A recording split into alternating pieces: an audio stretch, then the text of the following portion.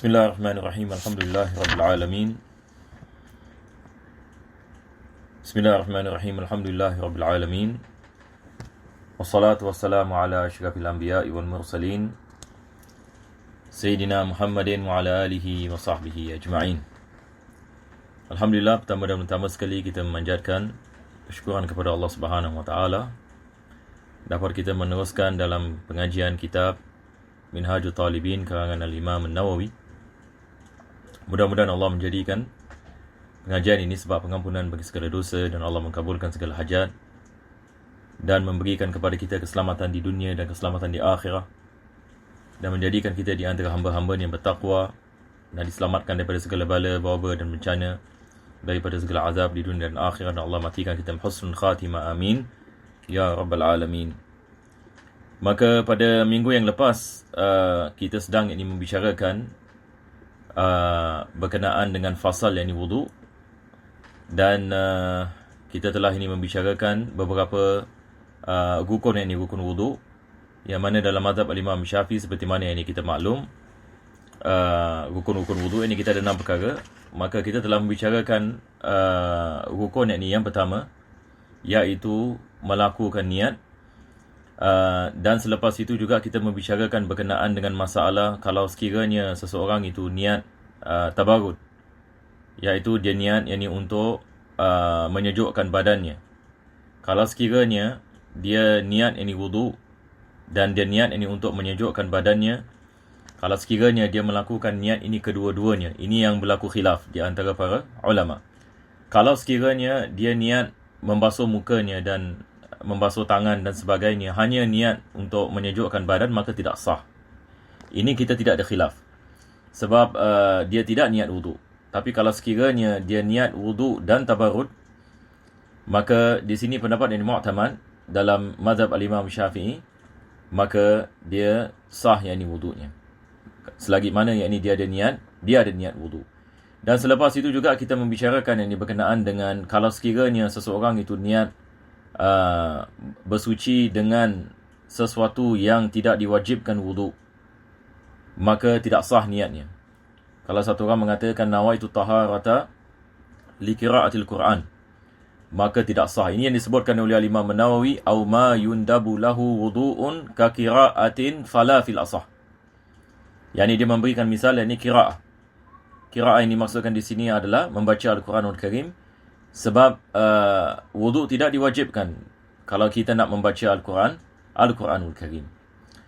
Dan selepas itu kita membicarakan tentang iqtiran, diwajibkan kita apabila mengambil wudu, maka wajib kita niat apabila muka kena kepada apabila air kena kepada muka. Pendapat yang lemah mengatakan yakfi bisunnatin qablahu, kalau sekiranya kita membasuh tangan ataupun madmadah ataupun istinsyaq, ini semua adalah sunnah sebelum membasuh wudu, sebelum membasuh muka, maka tetap mereka mengatakan sah. Tapi ini pendapat yang lemah. Dan selepas itu kita membicarakan tentang masalah tafriq. Satu orang dia niat wudu pada tiap-tiap anggota, bila dia basuh mukanya dia mengatakan nawaitu ada fardhil wudu, bila dia basuh tangannya nawaitu ada fardhil wudu, maka itu tidak ada masalah di dalam, ini juga kita ada khilaf fil asah. Jadi insya-Allah pengajian kita hari ini kita akan baca daripada As-Sani. Kita akan mula daripada sini. Walaupun ada perkara yang saya sudah sebut minggu lepas Jadi insya-Allah boleh satu orang baca.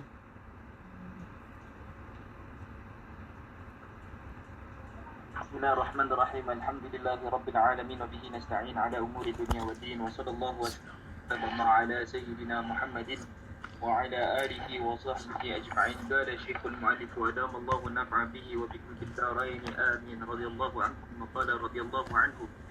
Ath-thani ghaslul wajhihi wa huwa ma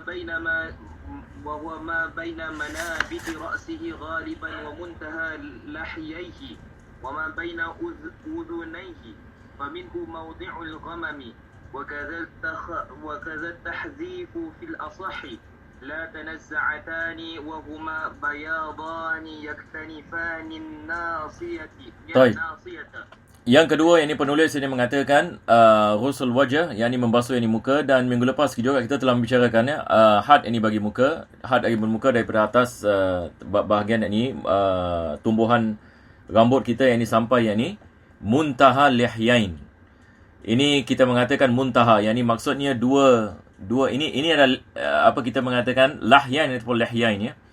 Maksud lahyan ini di sini dia adalah tulang yang mana gigi ditumbuh di atasnya. Ini dalam syarah mahali ada disebut definisinya. Dia adalah tulang yang mana gigi belah bawah. Tulang ini yang mana gigi belah bawah tumbuh, ini yang dimaksudkan dengan lahyain. Muntaha lahyain adalah ini. Ini merupakan yang ujung sekali. Muntaha ini maksudnya yang ujung. Jadi dia daripada atas bahagian ini, kepala kita, sampai yang ini di kita punya chin. Dalam bahasa Inggeris yang kita panggil, tempat ini adalah chin. Dan dia baina uzunain, ini adalah berkenaan dengan dia punya width daripada telinga yang ini hingga ke telinga. Ini tidak ada masalah, ini kita membicarakan ini pada minggu yang lepas. Jadi muka kita ini, apa yang ini yang berada di antaranya, maka diwajibkan kita membasuhnya. Dan minggu lepas juga saya membicarakan berkenaan dengan perbezaan di antara ghusl dengan masah. Ghusl ini dia adalah basuhan yang air mengalir. Manakala masah dia adalah membasahkan tanpa mengalirnya air. Jadi beza di antara ghusl dengan masah. Jadi wajib ini kita memastikan kita telah membasuh bahagian muka kita. Dan minggu lepas saya ada membicarakan perkara yang penting yang saya tekankan berkenaan dengan wajib kita melebihkan sedikit bahagian muka. Dan ini adalah wajib, ini bukan sunnah. Walaupun sebagian orang yang ini salah faham di sini mereka menanggakan sunnah, tetapi ini adalah wajib. Ini balik kepada kaedah ma la yatimul wajibu illa bihi fahuwa wajibun. Maka ini adalah kaedah kita menggunakan dalam basuh muka, dalam basuh tangan, dalam basuh kaki. Semua diwajibkan kita melebihkan sedikit. Sebab kita tidak akan sampai kepada keyakinan sehingga kita membasuhkan yang lebihnya, baru kita akan sampai kepada keyakinan. Maka membasuh yang lebih menjadi wajib. Boleh faham insyaAllah ya? Jadi tidak ada masalah, tak perlu saya ulang lagi. Jadi ini perkara yang perlu. Kalau antum insyaAllah mengajar sesiapa dalam mengajar orang ambil wudu, yang ini perlu antum membicarakan perkara ini supaya orang faham. Supaya ini orang memahami dan supaya ini wudu mereka yang ini menjadi sah. Selepas itu ini penulis ini mengatakan, yang kita lihat ini di sini, dia mengatakan faminhu maudi'un ghamam. Ini yang kita berhenti ya. Faminhu maudi'un ghamam. Apa yang dimaksudkan dengan ghamam adalah, ini ada yang dimaksudkan dengan ghamam di sini. Apa kita mengatakan, dia adalah yang ini bahagian kita punya dahi.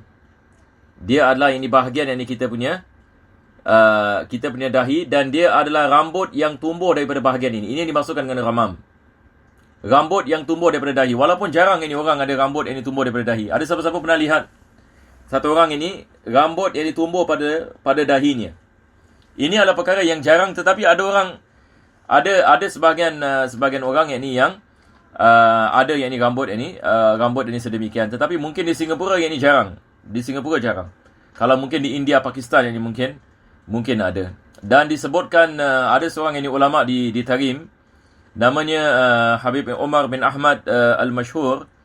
Beliau merupakan anak murid kepada Habib Abdullah Syatiri.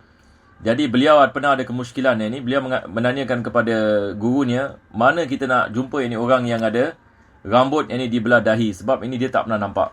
Jadi dia mengatakan, aku tidak pernah melihatnya dan tidak terlintas kepada fikiranku sehingga yang ini aku pergi ke haji.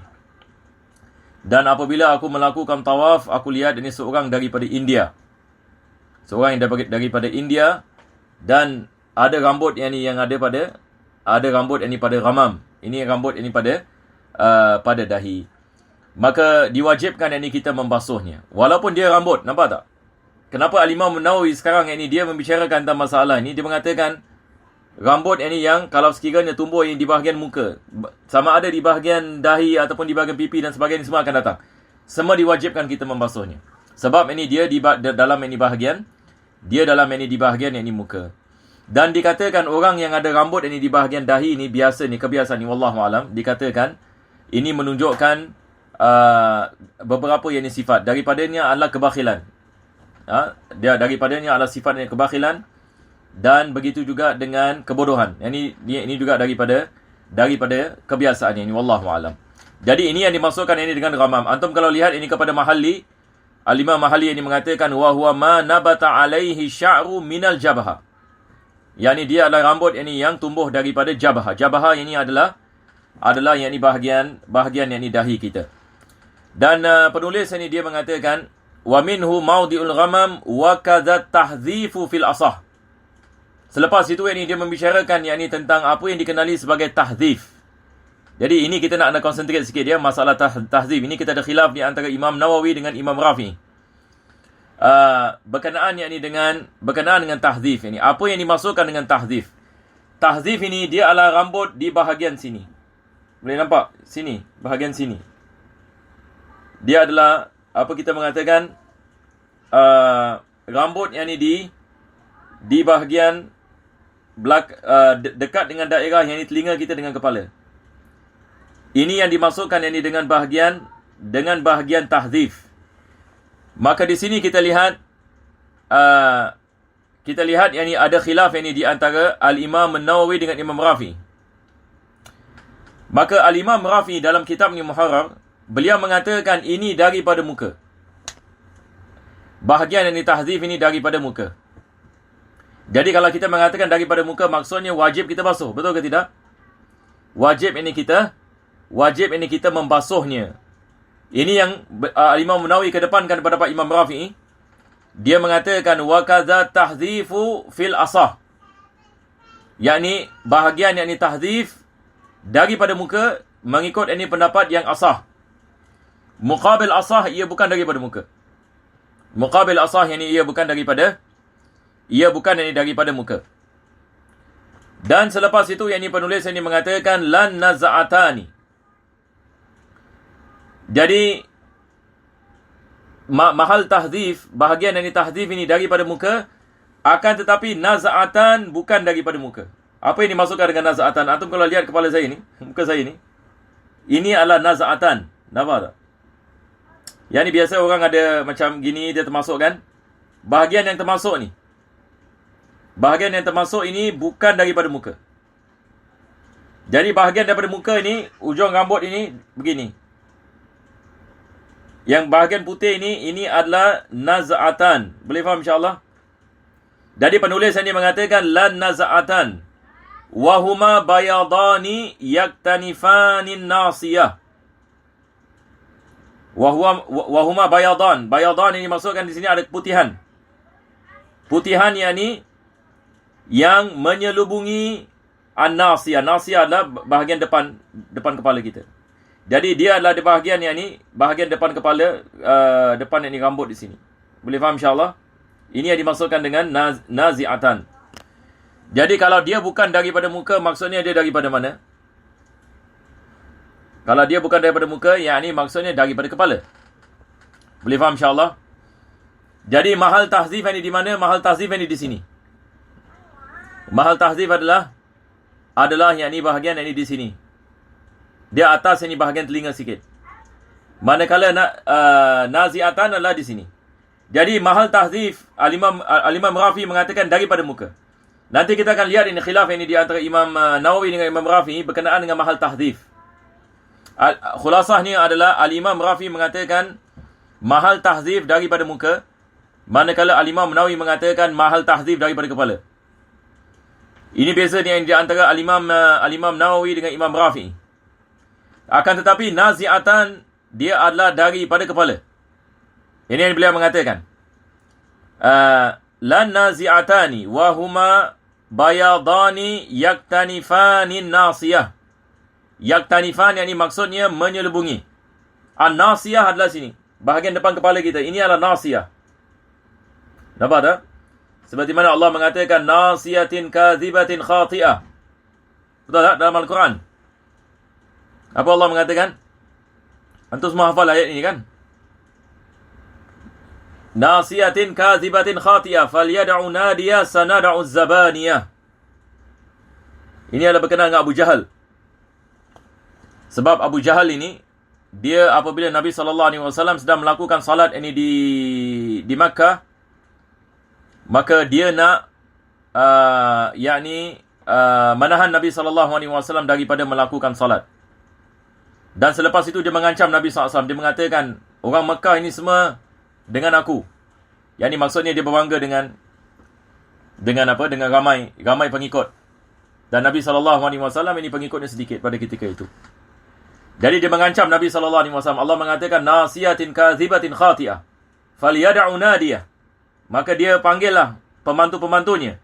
Sanada'u zabaniyah. Kami akan memanggil zabaniyah. Yang ini malaikat ini zabaniyah. Jadi nasiyah adalah di sini. Ayat ini Masya Allah ini ada sebagai seorang saintis Muslim Dr. Zaghlul, dia ada tafsirkan ini ayat ini dengan tafsir menggunakan sains. Jadi insya-Allah ni kalau masa-masa akan datang insya-Allah kalau ada masa saya ceritakan. Ada perkara yang agak luar biasa tentang ini ayat ini. Selepas itu ini beliau mengatakan qultu, apa dia mengatakan? Qultu sahahal jumhuru anna mawdi'at tahdhifi min ar-ra'si wallahu a'lam. Jadi antum lihat ni jumlahnya. Al-Imam Nawawi dalam kitab Al-Minhaj, kalau dia mengatakan qultu pada awalnya dan wallahu a'lam pada akhirnya, ini maksudnya apa? Maksudnya yakni sama ada dia bercanggah dengan pendapat Imam Rafi ataupun dia menambahkan. Dari sekarang ini dia mengatakan kebanyakan ulama, ini jumhurul ulama, kebanyakan yakni mengatakan, yakni mentasihkan, yakni pendapat yang asah bukan seperti mana yang dikatakan oleh Imam Rafi'i. Sebab Imam Rafi'i mengatakan al-asah mahallu tahdhif, ini bahagian apa? Mahallu tahdhif bahagian muka. Maka al-Imam Nawawi ini mengatakan anna mawdi'at tahdhif min ar-ra's. Bahagian tahdhif ini adalah daripada kepala. Wallahu a'lam. Boleh faham insya-Allah? Semua antum boleh faham?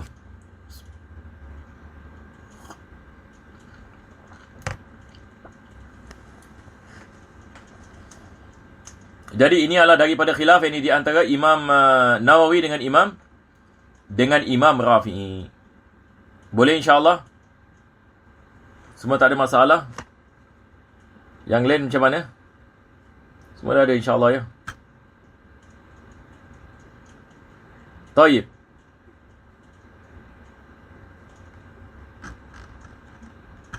Sekarang yang ni kita pergi yang seterusnya. Kalau sekiranya tak ada soalan insya-Allah kita teruskan. Aywa teruskan baca. Tazif Saiban. Bukan Saiban. Saiban akan datang. Saiban yang idhar nanti akan disebutkan. Tahzif ini bukan Saiban. Tahzif adalah bahagian di sini. Kita kalau pakai songkok kan, rambut ini yang bahagian di sini yang tidak ditutup oleh songkok di antara telinga dengan bahagian yang disongkok ini. Ini adalah mahalu tahzif. Nampak tak? Dia dekat atas telinga kita. Jadi yang sedikit ini yang dimaksudkan dengan mahal tahzif. Boleh insya-Allah? Baik, teruskan. ويجب غسل كل خلب وحاجب وعذار وشارب وخد وعنفقة شعرا وبشرا وقيل لا يجب باطن عنفقة كثيفة. Nah, ini penulis ini sekarang ini dia mengatakan wayajibu ghuslu kulli hudbin.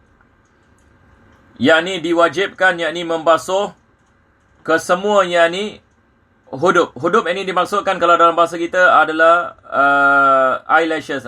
Kalau dalam bahasa Inggeris kita panggil eyelashes. Rambut ini bagi mata. Jadi kita ada 4 kan? Kita ada kelopak mata dan kita ada rambut ini di setiap ini kelopak. Jadi kelopak mata kita ada 4. Maka rambut juga ada 4 bahagian. Maka diwajibkan kita basuh zahir dan batin. Diwajibkan ini bila kita basuh muka kita, maka rambut yang ada pada mata kita ini adalah daripada muka. Jadi penulis ini mengatakan, maka diwajibkan kita membasuhkan kullu hudbin. Hudbin ini dia adalah mufrad, jamaknya adalah ahdab. Jamak adalah ahdab. Jadi hudbin dia adalah mufrad. Selepas itu beliau mengatakan wahajibin. Hajibin ini adalah eyebrows. ini juga ini wajib ini untuk kita membasuh zahir dan batin, melainkan kalau dia tebal. Wa idhar, yang dimasukkan dengan idhar adalah rambut yang tumbuh di depan telinga. Ini kalau bahasa kita ini kita panggil sideburn, betul ke tidak? Rambut di depan telinga ini adalah idhar. Boleh insya-Allah. Rambut yang di depan telinga ini adalah dikirakan ini sebagai sebagai idhar. Maka diwajibkan kita membasuh rambut yang ada di bahagian sini. Wa syaribin, ini adalah misai. Syarib ini juga diwajib kita membasuhnya. Wa khaddin, khad adalah kita punya pipi. Kalau ada rambut di bahagian pipi, wajib membasuh rambut tersebut. Wa anfaqah. Anfaqah ini adalah rambut di bawah bibir. Di bawah mulut kita, ini adalah anfaqah. Sya'ran wa basyaran. Diwajibkan kita basuh rambutnya dan juga kulit di bawah rambut. Diwajibkan kita membasuh rambutnya dan diwajibkan kita membasuh kulit yang di bawah rambut. Boleh insya-Allah. Dan beliau mengatakan waqila la yajibu batinu anfaqatin kathifatin. Tidak diwajibkan membasuh bahagian batin anfaqah yang tebal. Kalau sekiranya satu orang itu ada rambut di bahagian mulut yang tebal, maka pendapat ini mengatakan tidak diwajibkan membasuh batinnya. Apa yang diwajibkan hanyalah basuh zahirnya. Jadi ini adalah apa kita mengatakan berbeza dengan apa yang disebutkan oleh Imam Nawawi sebelum ini, yang mana beliau mengatakan yajibu ghuslu kull, diwajibkan kita basuh kesemuanya. Ini maksudnya termasuk bulu mata, termasuk hajib, kita punya bulu di atas mata ini, idhar, kita punya sideburn, syarib misai, rambut yang ada pada muka, dan juga rambut yang ada pada bawah bibir kita, zahir dan batin. Sebab kebiasaannya rambut ini dia tidak tebal.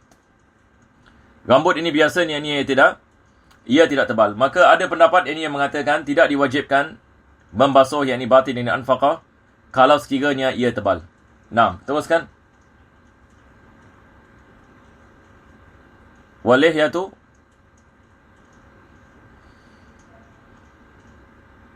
واللحية إن خفت كهدب وإلا فليغسل ظاهرها وفي قول لا يجب غسل خارج عن الوجه. Maka beliau mengatakan tentang lihya. Lihya ini dia adalah janggut, rambut yang tumbuh daripada bahagian bawah muka ini. Ini yang dimasukkan dengan lihya. Maka diwajibkan kita membasuh janggut in khafat. Kalau sekiranya janggut itu janggut yang tipis. Dan maksud daripada janggut yang tipis adalah kita boleh melihat kulit di bawahnya. Maka diwajibkan kita basuh zahir dan batin. Kalau sekiranya rambut itu adalah rambut yang tipis, maka hukumnya sama dengan ahdab. Sama dengan bulu mata. Seperti mana kita mengatakan wajib kita membasuh bulu mata, wajib kita basuh janggut. Seperti mana kita mengatakan wajib kita basuh bulu mata, wajib kita membasuh janggut. Kalau sekiranya janggut itu adalah janggut yang tipis. Tapi kalau janggut yang tebal, hanya yang diwajibkan kita membasuh zahirnya sahaja. Tidak diwajibkan kita membasuh batinnya. Wa illa, dia mengatakan, wa illa maksudnya kalau sekiranya janggut itu tebal, falyaghsil zahiraha. Maka diwajibkan dia membasuh nanti walihyatu in khafat. Janggut ini kalau dia tipis, maka hukumnya sama seperti bulu mata. Maksudnya diwajibkan kita basuh zahir dan batin. Tapi kalau janggutnya tebal, wa illa falyaghsil zahiraha. Yang diwajibkan basuh hanya zahirnya sahaja. Yang ini maksudnya adalah tidak diwajibkan kita basuh bahagian yakni batinnya. Wa fi qaulin, dan ada yakni pendapat, yakni fi qaul ini pendapat yakni yang lemah, la yajibu ghaslu kharijin anil wajhi. Tidak diwajibkan yakni membasuh rambut yakni yang keluar daripada muka. Apa maksud ini rambut yang keluar daripada muka? Yakni misalan ini kita punya boundary, kita punya muka ini. Kalau kita ada rambut ini misalan rambut ini keluar daripada muka, had muka saya. Jadi kalau janggut ini misalan, adakah diwajibkan saya basuh janggut di sebelah bawah sini? Sebab ini dah keluar daripada had muka, betul ke tidak? Tapi kalau janggut yang tumbuh daripada had muka, ini tentu sekali yang wajib yang kita basuh. Tetapi pendapat yang lemah mengatakan kalau sekiranya janggut tersebut ataupun rambut di sini misalnya yang keluar daripada had muka, tidak diwajib kita basuh. Tetapi ini bukan pendapat yang muktamad. Pendapat yang muktamad, kita kena lihat kalau sekiranya rambut itu tumbuh daripada bahagian muka, wajib kita membasuhnya. Walaupun yang ini dia terkeluar daripada had muka. Boleh insya-Allah? Jadi tidak ada masalah ya. Jadi kita telah membicarakan yang ini berkenaan dengan rambut-rambut yang disebutkan. Taib, teruskan. الثالث غسل يديه مع مرفقيه فإن قطع بعضه وجب ما بقي أو من مرفقه فرأس عظم العضد على المشهور أو فوقه نرب باقي عضده. Nah, sekarang ini kita lihat penulis tadi mengatakan asalis ghaslu yadaihi ma'a mirfaqaihi. Yakni diwajibkan kita membasuh yakni tangan termasuk yakni siku. Yakni diwajibkan yakni kita membasuh siku. Ini juga kaedah yang sama seperti mana saya mengatakan tadi, ma la yatimul wajibu illa bihi fahuwa wajibun. Yakni maksudnya kita tidak akan sampai kepada keyakinan yang kita telah membasuh tangan kita sehingga kita membasuh siku. Maka membasuh siku menjadi wajib. Boleh faham insya-Allah? Sebab dalam ayat Allah mengatakan ya ayyuhalladzina amanu idza qumtum ila salati faghsilu wujuhakum wa aydiyakum ilal marafiq. Jadi perkataan ila, ulama kita mengatakan sehingga siku. Adakah termasuk siku ataupun tidak? Maka ia termasuk siku. Kenapa ia termasuk siku? Ini balik kepada kaedah.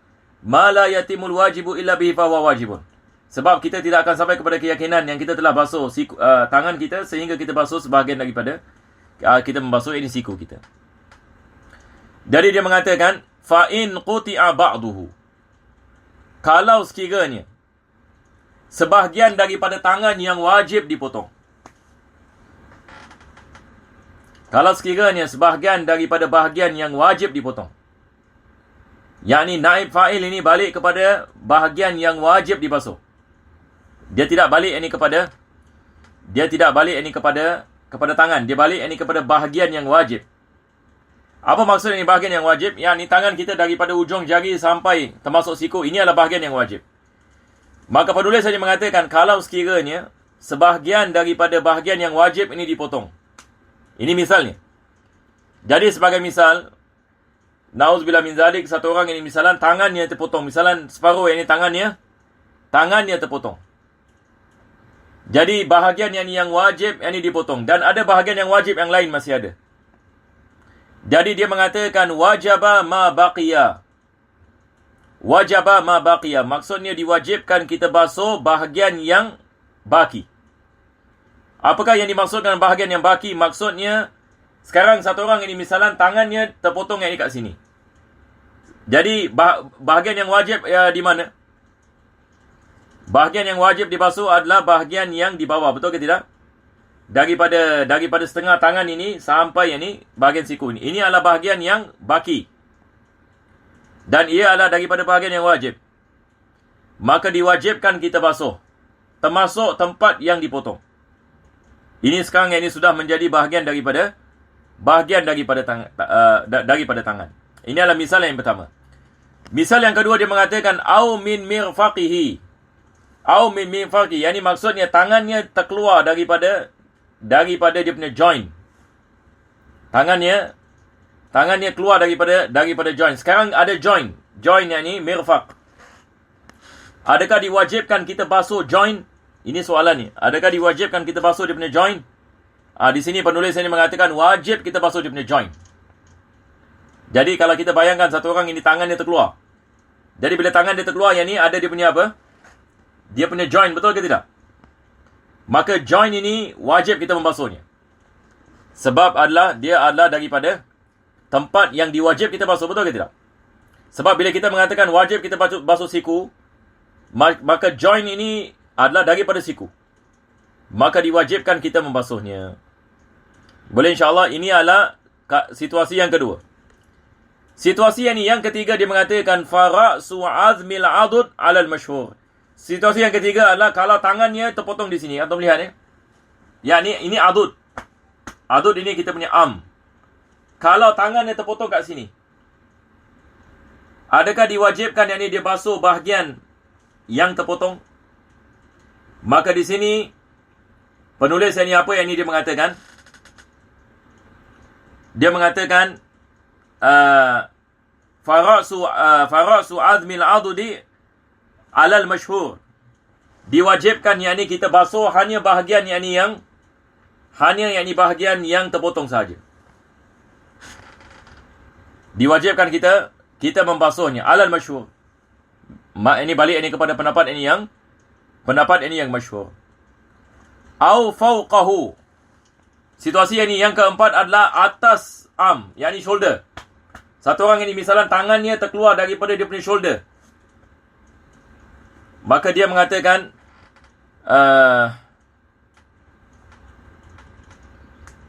sekejap ya. Afwan. Sekali lagi ya. Au min mifaqihi fara'su azmil adud. Afwan ya. Ra'su azmil adud ini maksudnya ini kita punya adud kan? Ini ra'su azm. Yani ini adalah misal yang seperti mana saya mengatakan tadi, kalau tangannya terkeluar daripada bahagian dari tangan ini terkeluar, maka dia punya joint. Ini yang dimaksud dengan fara'sul adud. Wajib kita membasuhnya. Alal masyhur. Boleh insyaAllah. Jadi sekarang saya ulang lagi. Misal yang pertama adalah kalau terpotong di mana di sini. Betul ke tidak? Taib, kalau dia terpotong ini di sini bahagian yang wajib dia basuh yang baki. Kalau tangannya terkeluar, ini yang penulisannya mengatakan, kalau tangannya ini terkeluar, maka diwajibkan yang ni dia membasuh ra'sul adud. Ra'sul adud yang dimasukkan di sini adalah dia punya joint. Tadi saya silap. Dia punya joint. Au fawqahu kalau terpotong di sini. Kalau dia terpotong di sini, maka disunatkan basuh, tidak diwajibkan. Apa sebabnya? Sebab dia bukan daripada bahagian yang diwajibkan kita basuh. Boleh faham insya-Allah? Ada siapa yang tak faham? Jadi kita ada beberapa situasi sekarang. Situasi yang pertama adalah kalau sekiranya tangannya terpotong di sini. Tamam? Ini adalah situasi yang pertama. Situasi yang kedua adalah kalau tangannya terkeluar daripada dia punya joint. Situasi yang ketiga kalau tangannya ini terpotong ini di bahagian dia punya adud. Dua situasi diwajibkan, satu situasi disunatkan kita basuh. Dua situasi yang diwajibkan adalah kalau sekiranya tangannya terpotong daripada bahagian wajib ataupun terkeluar daripada dia punya joint. Wajib ini kita basuh ini bahagian dia punya joint. Tapi kalau sekiranya terpotong ini bahagian dia punya hanya disunatkan saja basuh bahagian ini yang dipotong. Ini yang penulis ini mengatakan au fawqahu nudiba baqi adudi. Boleh faham insya-Allah? Nudiba baqi adudihi. Baqi adud ini di sini. Bahagian yang terpotong yang di sini. Ini adud. Jadi bahagian ini yang terpotong disunatkan kita basuh, tidak diwajibkan. Sebab ia bukan daripada tangan. Yang diwajibkan kita membasuhinya. Taib. Kalau tidak ada apa-apa, insya-Allah ini kita teruskan.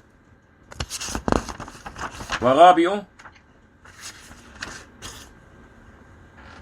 Rabi'u musamma mashin li basharati ra'sihi أو شعر في حده والأصح جواز غسله ووضع اليد بلا مد. الخامس Al-khamisu ghuslu rijlaihi ma'a ka'baihi. Jadi sekarang ini kita lihat ini yang keempat. Yang keempat ini penulis ini mengatakan musamma mashin li basharati ra'sihi. Diwajibkan yakni kita sapu bahagian yakni kepala.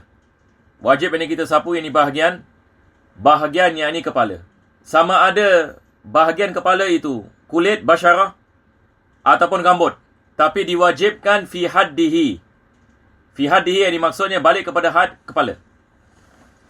Jadi wajib ini kita sapu bahagian kepala ataupun kita sapu rambut yang ada pada bahagian kepala. Dan kita dalam mazhab al-Imam Syafi'i, apa yang diwajibkan adalah sebahagian daripada kepala. Kepala ini bermula daripada kita punya rambut di sini, permulaan yang di muka, dan dia sampai yang ni kita punya belakang telinga kita kat sini. Ini semua adalah bahagian kepala. Maka pendapat yang muktamad seperti mana kita mengatakan mahal tahzif ini dari muka ataupun kepala.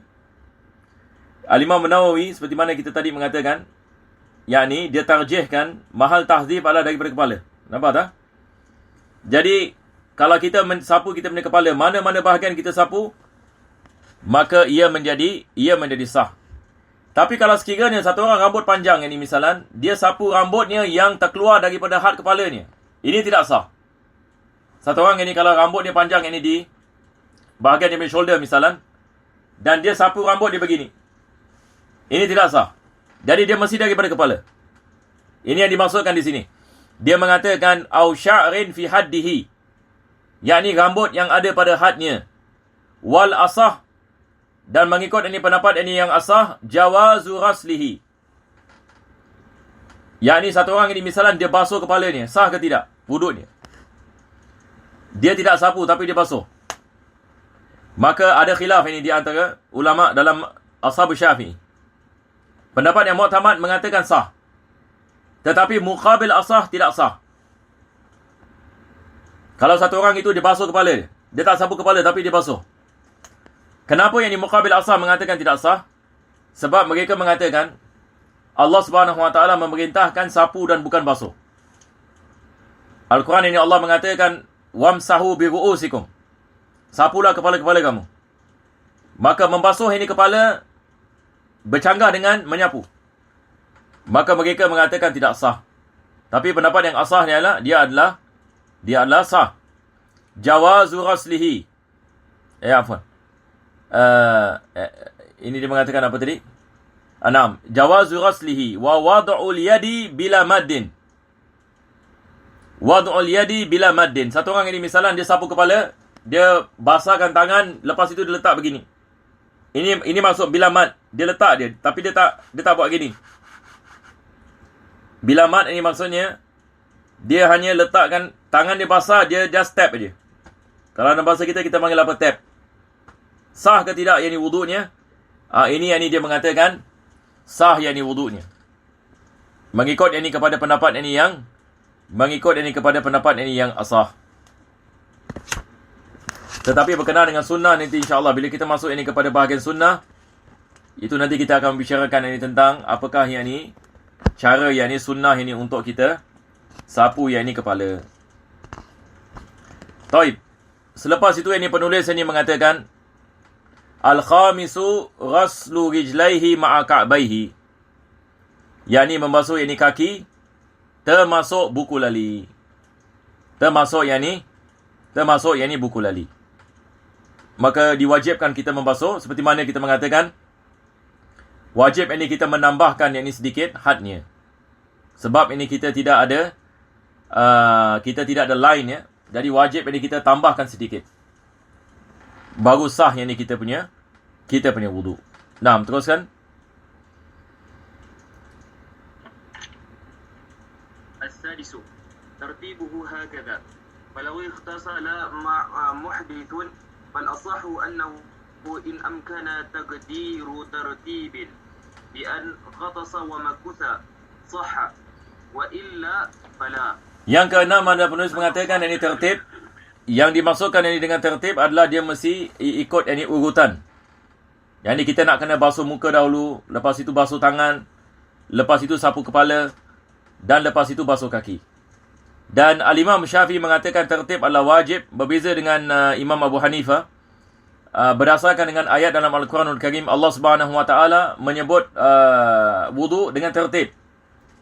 Sebab Allah mengatakan, basuhlah muka kamu, selepas itu tangan kamu, sapulah kepala kamu, dan basuhlah kaki kamu. Dan dalam ayat yang lain Allah mengatakan, dalam hadis Nabi sallallahu alaihi wasallam, ada orang menanyakan kepada Nabi sallallahu alaihi wasallam, mana satu kita nak mulakan? Kita nak mulakan sa'i dengan berada di Marwah dahulu ataupun di Safa. Maka Nabi sallallahu alaihi wasallam mengatakan, ibda'u bima bada Allahu bih. Yani kamu mula seperti mana Allah Subhanahu Wa Taala menyebutnya. Yani maksudnya dalam Al-Quran Allah mengatakan, inna safa wal marwata min sya'airillah. Yani Allah sebut Safa, selepas itu Marwah. Maka Nabi mengatakan ikut kepada apa yang Allah sebutkan. Jadi maksudnya di sini adalah wajib ini kita mengikut ini kepada tertib. Maka Al-Imam Syafi'i mendalilkan kewajiban ini tertib ini balik kepada ayat ini Al-Quranul Karim. Balik ini kepada ayat Al-Quranul Karim dan hadis Nabi sallallahu alaihi wasallam ini yang mensyarahkannya. Itu sebab kita mengatakan satu orang ini kalau dia tak ikut tertib tidak sah wudunya. Kalau dia basuh tangan ni dahulu, selepas itu ini dia membasuh dia selepas itu dia basuh muka dia, maka wudunya tidak sah. Selepas itu ini penulis membicarakan ini tentang perkara yang ini berkenaan dengan kalau sekiranya seseorang itu selam ini dalam air. Kalau satu orang itu yang ini dia selam ini dalam air, selepas itu dia niat wudu, adakah sah ataupun tidak? Maka ini masalah ni. Maka penulis ini mengatakan, falau irtasala muhdithun, yakni seorang yang dia tidak ada wudu. Muhdith ini di sini maksudnya yang tidak ada wudu. Maka dia mandi dan dia niat ini mengangkat hadas kecil. Adakah sah ke tidak wudunya? Maka dia penulis mengatakan fal asah, yakni balik ini kepada pendapat ini yang asah, annahu in amkana taqdiru tertibin. Kalau sekiranya tertib itu dapat dilakukan, baru kita mengatakan sah ini wudunya. Tapi kalau sekiranya tertib itu tidak ada, maka tidak sah ini wudunya. Jadi kalau satu orang itu dia mandi ini misalan, kalau sekiranya dia membasuh ini mukanya dahulu, selepas itu ini dia basuh tangannya, selepas itu dia niat ini sapu kepalanya, selepas itu dia membasuh ini tangannya, maka tidak ada masalah, sah.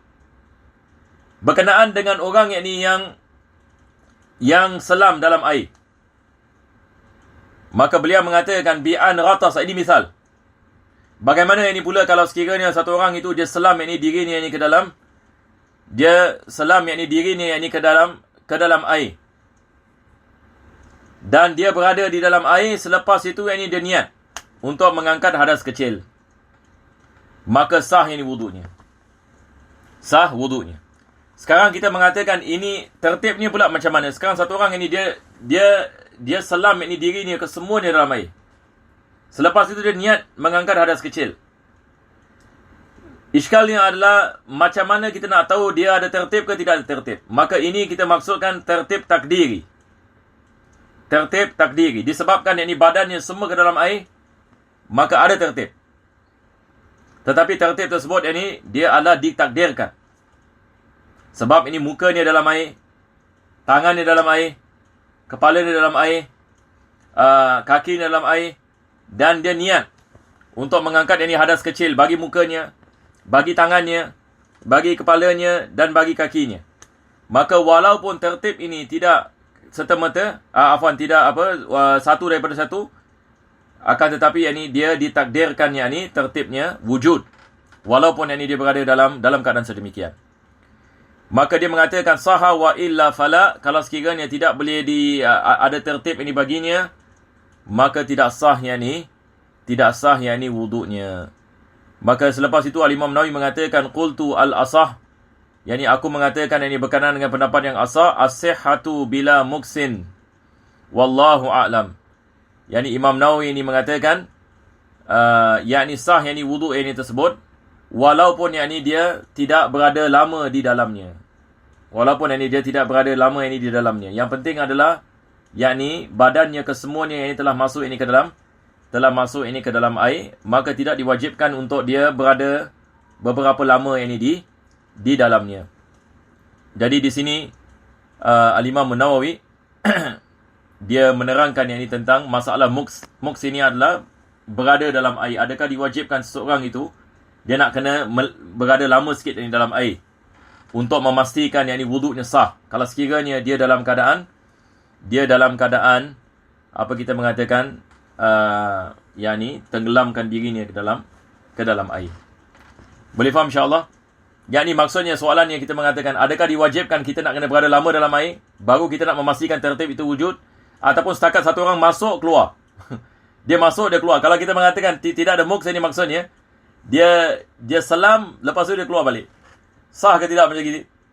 Ini sah. Mengikut ini pendapat yang asah. Selepas itu ini baru penulis ini bicarakan tentang wasunanuhu.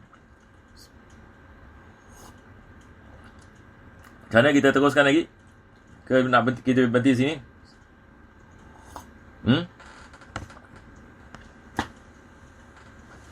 Kita berhenti sini pun boleh juga. InsyaAllah ya. Boleh ya?